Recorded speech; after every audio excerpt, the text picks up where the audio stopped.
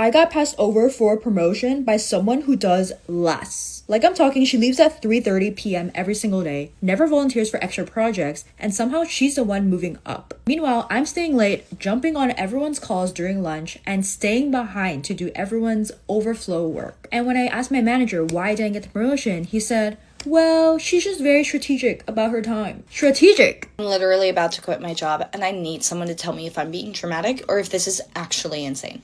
So I've been using the Playbacks app to record all my work calls since the beginning of the year because I do not trust anyone in corporate America. And yesterday, I'm in my performance review, and my manager tells me that I'm exceeding expectations in every category, but my raise is only 2% because budgets are tight. Mind you, 2%. I smile, I say thank you, I hang up. But the app records the whole thing, so I have that conversation saved word for word. An hour later, my male coworker, who sits like 3 desks away from me, sends me a text saying that he just got a promotion.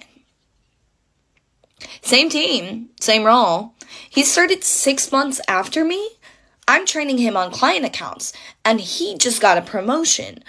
So I go back into the app and I pull a recording from last month, leadership meeting I was sitting in on, and my boss is talking about headcount planning, and she says we need to move him up because he's ambitious and we don't want to lose him to a competitor. And then someone asks about me and she goes, well, she's not going to leave.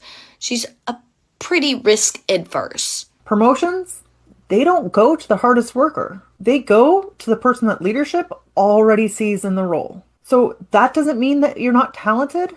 It doesn't even mean that you're not working hard. It means that promotions are based on perception, readiness, and risk. I notice how the people who have no idea what they're doing somehow keep getting promoted. That's not random. That's what happens in workplaces that reward visibility instead of actual competence. So here's what's happening. Most organizations don't promote the strongest performers. They promote the safest ones. The people who never rock the boat. The people who make upper management feel comfortable. The people who nod, smile, and keep everything smooth and on the surface. Because real confidence, real skill, and real leadership, that makes weak leaders nervous. When you're genuinely good at your job, you unintentionally expose how much control the people above you don't have. So instead of building strong leaders, these systems recycle the weak ones. They reward the loyalty over the leadership, the compliance over the vision, and the comfort over the growth.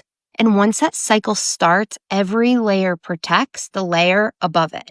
And the real talent either burns out or walks away. So that's how mediocrity becomes the culture. So when you look around and think, why does every manager here seem clueless?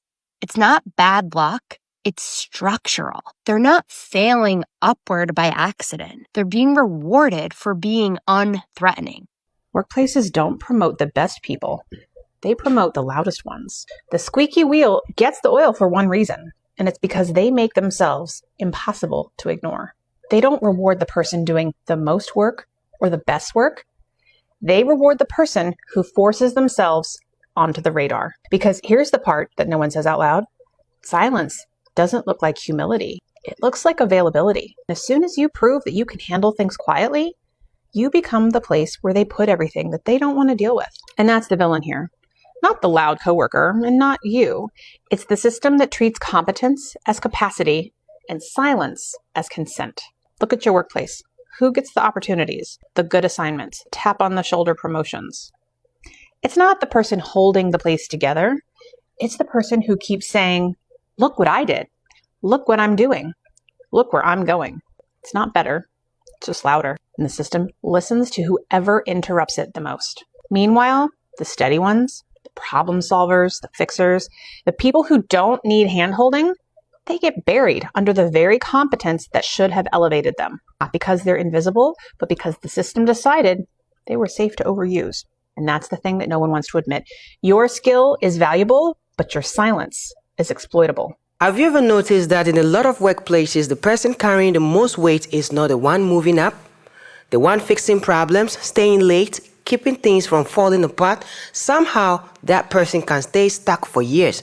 Meanwhile, someone else seems to float upwards on a wave of good energy, clean presentation, and the kind of personality people describe with words like sharp, leadership material, or my personal favorite, just a great fit. That gap is not random.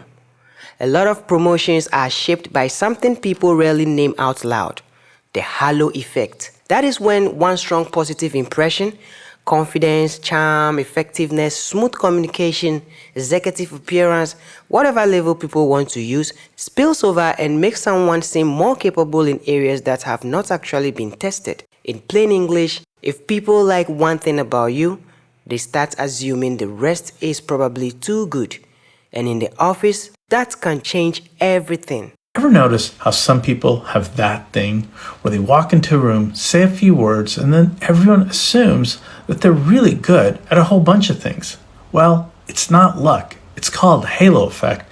The halo effect is where one positive trait, like being calm, being well-spoken, or something, creates a glow that makes people believe that you're probably really good at other things too. It's a psychological bias, basically, where your brain is taking a shortcut by assuming that since a person is good at one thing, they must be good at other things.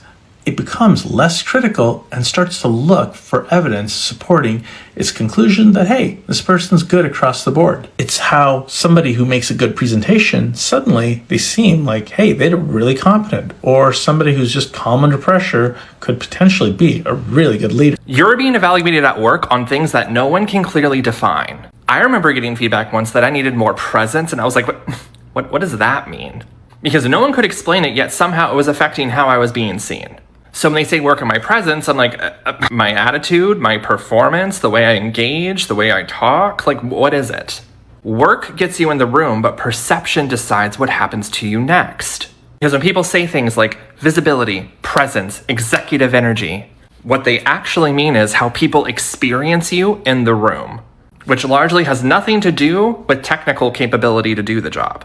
So instead of asking, am I doing a good job? Start asking, what do people associate with me after I leave for the day? Perception runs every organization. And a lot of people hate the word politics, but that is just the system of influence at play. People don't rise through the ranks at a company because they're lucky.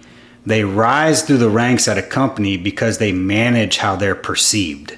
That means learning to communicate wins without bragging, align your work with leadership priorities, and be visible in the right rooms. You need to ask yourself, would decision makers know my name if I wasn't in the meeting? And if not, that's your gap. If you keep getting overlooked at work, it's not because you're not good enough. It's because nobody really knows how good you really are. And in most workplaces, visibility beats ability. It is the reason why some people look like they are operating under a different set of rules. Not always because they are more talented. Sometimes they are not. But they know how to create a strong impression, and a strong impression have a weird amount of power at work. If someone looks composed under pressure, they may get read as more competent than they really are. If they speak confidently, people often assume their judgment must be better. If they are good in meetings, good with faces, good with timing, good at being remembered, they can start coloring how their whole performance gets interpreted. Suddenly, normal work gets described as leadership. Basic communication gets described as strategic. A few polished movements become proof of bigger capability, even when the person next to them may actually have more depth, more output, and more real value. That is what makes this so frustrating for hardworking people. If you think the job will speak for itself, a lot of the time it doesn't. People do, or more specifically, people's impression do. Growing up, I used to think rich kids sounded smarter. Most of the time, they just sounded more confident. And confidence gets mistaken for intelligence all the time. I grew up as the poorest kid in one of the wealthiest towns in the US, and I realized the kids that grew up with money also grew up having access to rooms most people don't. They were able to hear how successful people talk, how they ask for things, how they carry themselves. So by the time we all became adults, they weren't necessarily smarter, they were just more familiar.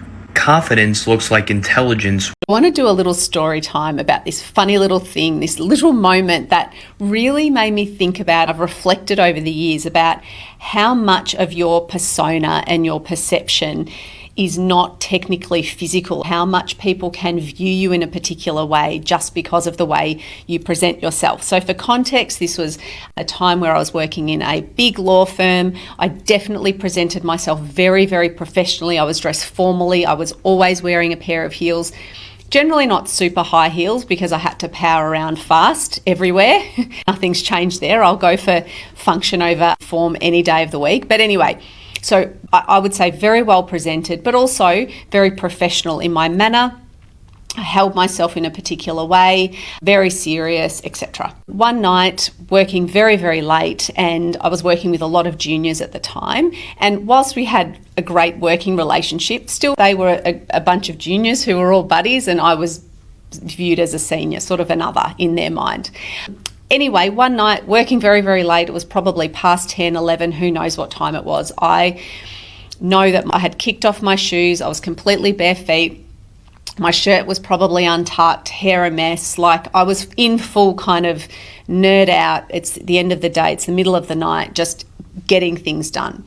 And I remember this junior walked into my office to ask me a question. And like I said, keep in mind, whilst we were on great terms, still very much not a peer type relationship, still very much a junior and senior relationship. And he came in to ask me a question, I'm not sure what to do next, so on. And I stood up to look at the document that he was showing me. I looked through it, I talked him through what he needed to do next.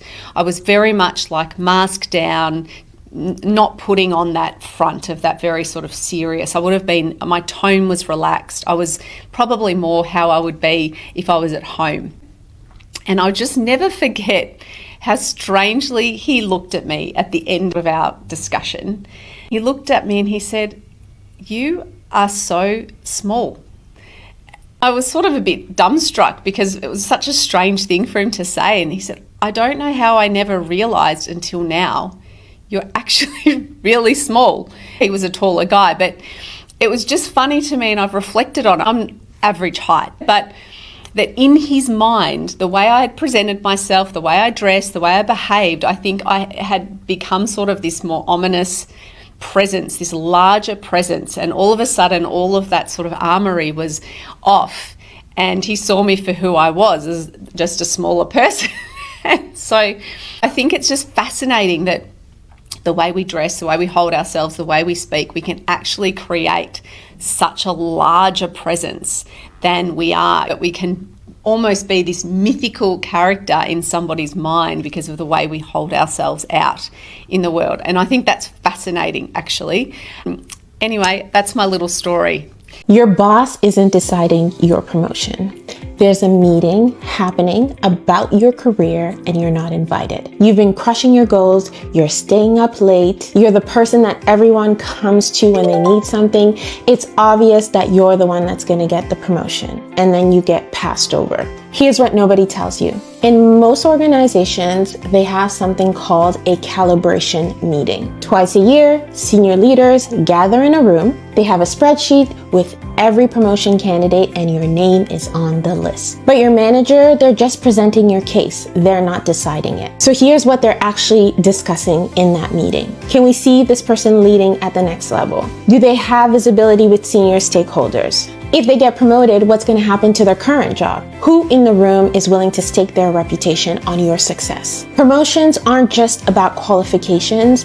They're about someone in that room being able to vouch about your potential. And now that you know that this meeting exists, you can plan for it ahead of time. You want to build skip-level relationships, not just with your boss, but your boss's boss. You want to create visible wins beyond your immediate team. And you need someone in that room to vouch for you. So you want to make sure that you're building relationships with decision makers. When I was working in corporate, I was working at one of the big four, right? And I really believed that it was about my competence. I thought it was my competence that was going to get me to where I wanted to go. So because I thought that, I was taking every single certification possible, program management, risk management, strategy, If it was on my personal development plan, I was applying for it and I was going for it. So on paper, I looked perfect, but I was not being promoted. Not only was I not being promoted, but people that were technically not as qualified as me were being promoted over me. Even though I was the one that was hitting all my KPIs, I was overqualifying and I was over delivering. And it wasn't a confidence issue because I don't have a confidence issue and I wasn't insecure. But what I didn't know was that the signals I was giving out were causing me to be misread. Like looking back now, my behavioral signals were so off. I over-explained in meetings. I over-explained on emails. I spoke for too long. I justified my reports, my decisions that didn't really require me to justify them. And this whole time, I thought my firm was measuring my outputs, but they were reading my signals. Silence in meetings isn't safety, it's career suicide. You think you're avoiding risk, you're avoiding progress. Stay quiet, they stop noticing you. Stay quiet too long and they question why you're even there. Here's how to easily flip it. 1. Contribute at least once, even if just to ask a question. 2. Echo and expand. Say, I like Sam's idea about, and then add a thought. 3. Ask a clarifying question. Could you explain how this would work? You don't have to be fearless to get ahead in your career. You need to be visible. The halo effect does not only reward charm, it also hides weakness. That is the part people at work usually learn too late. Because once somebody is seen as impressive, polished, or high potential, their mistakes often get interpreted generously. The missed deadline becomes a one-off. The bad idea becomes still thinking big. The weak follow-through becomes they just need support. The same behavior in somebody less favored might get read as incompetence. That is how bias works in professional clothes. It is not always loud, it is not always malicious, but it absolutely changes outcomes. And if you have ever sat there watching an average colleague get treated like they are exceptional while your own solid work gets taken as normal, you have already seen this in action. The office likes to pretend it runs on merit. In reality, it often runs on perception first, merit second. The reason your toxic coworker gets away with it has nothing to do with their behavior, and it has everything to do with their relationship to power. You keep thinking they're rude. They undermine people. They create tension. How does leadership not see this? Oh, they see it. They just don't experience that person the way that you do. And that is leader-member exchange theory. Because leaders don't have equal relationships with everyone. Some people are in the inner circle with high trust and informal access and the benefit of the doubt. That is high LMX. And others are in the outer circle. They get more scrutiny, more rules, less forgiveness. Those people have low LMX. And that difference changes the consequences. If your toxic coworker makes the boss feel supported and defends leadership and delivers the outcomes that matter, their behavior becomes secondary. Not invisible, but unimportant. Because proximity to power buys protection. So if you're waiting for fairness to fix this, it won't. It isn't about who's right. It's about who's useful. Because in workplaces, consequences aren't determined by behavior. They're determined by relationships. Nothing burns employees out more than knowing you're working somewhere that it doesn't matter how good you work, you ain't going to be promoted because you're not in the clique. No matter how good you work, no matter what your outcomes are, you ain't going to get that bonus because they're going to give their friends a bonus.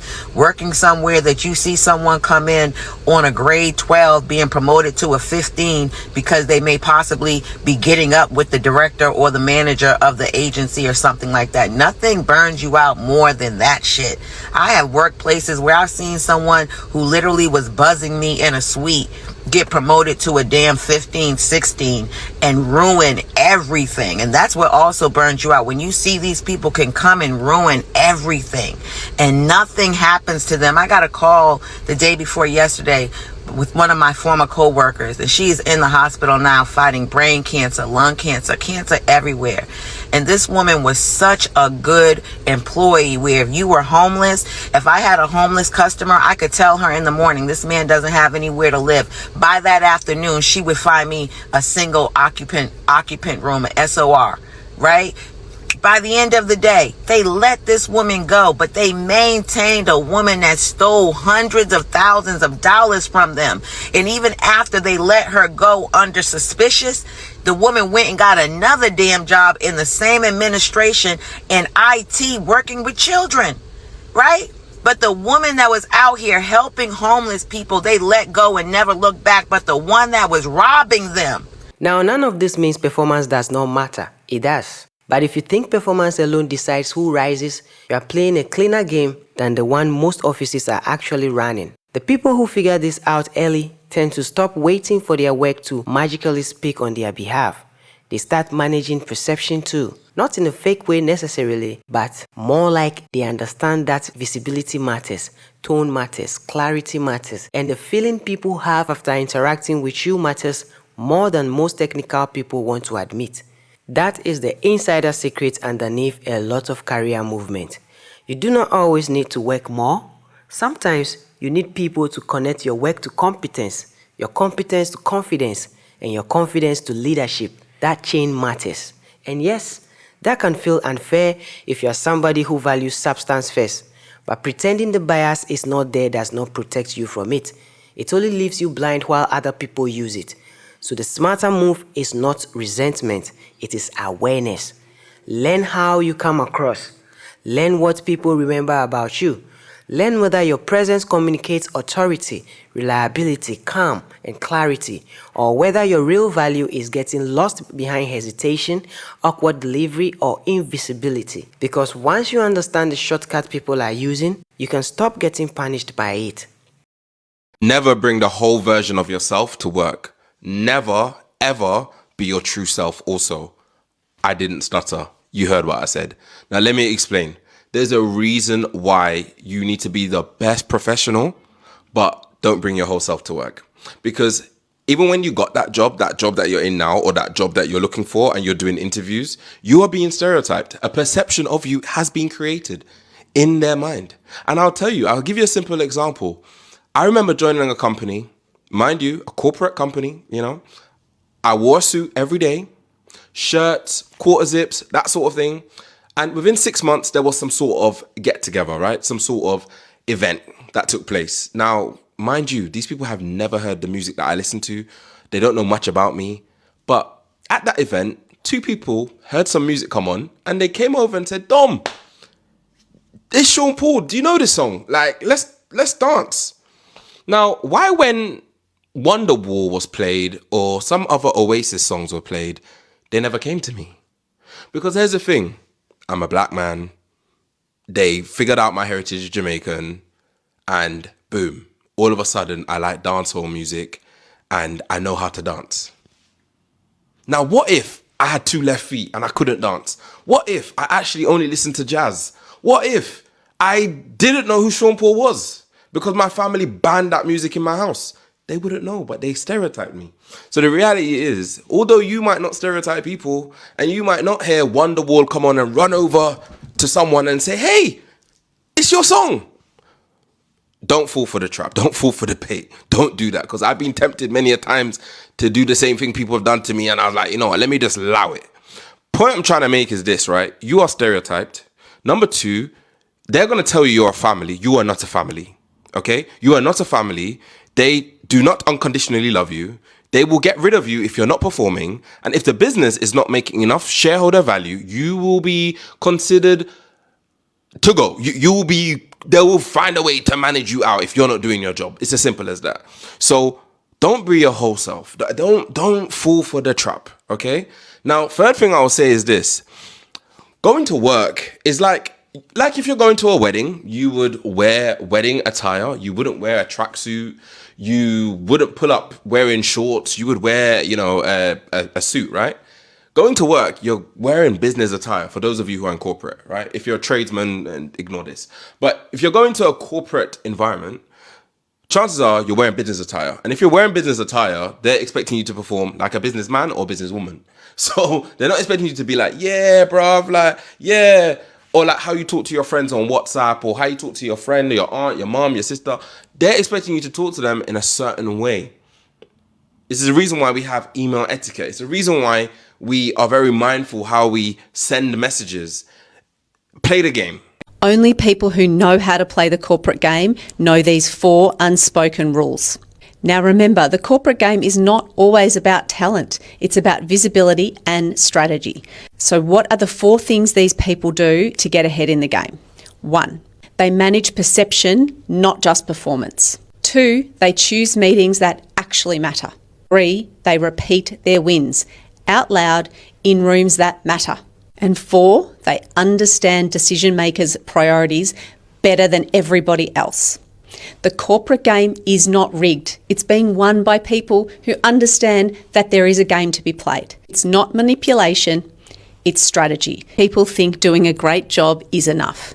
It's not. You might start noticing that the people who are promoted and move up in corporate land are the ones who manage perception and not just their performance. What do I mean by that?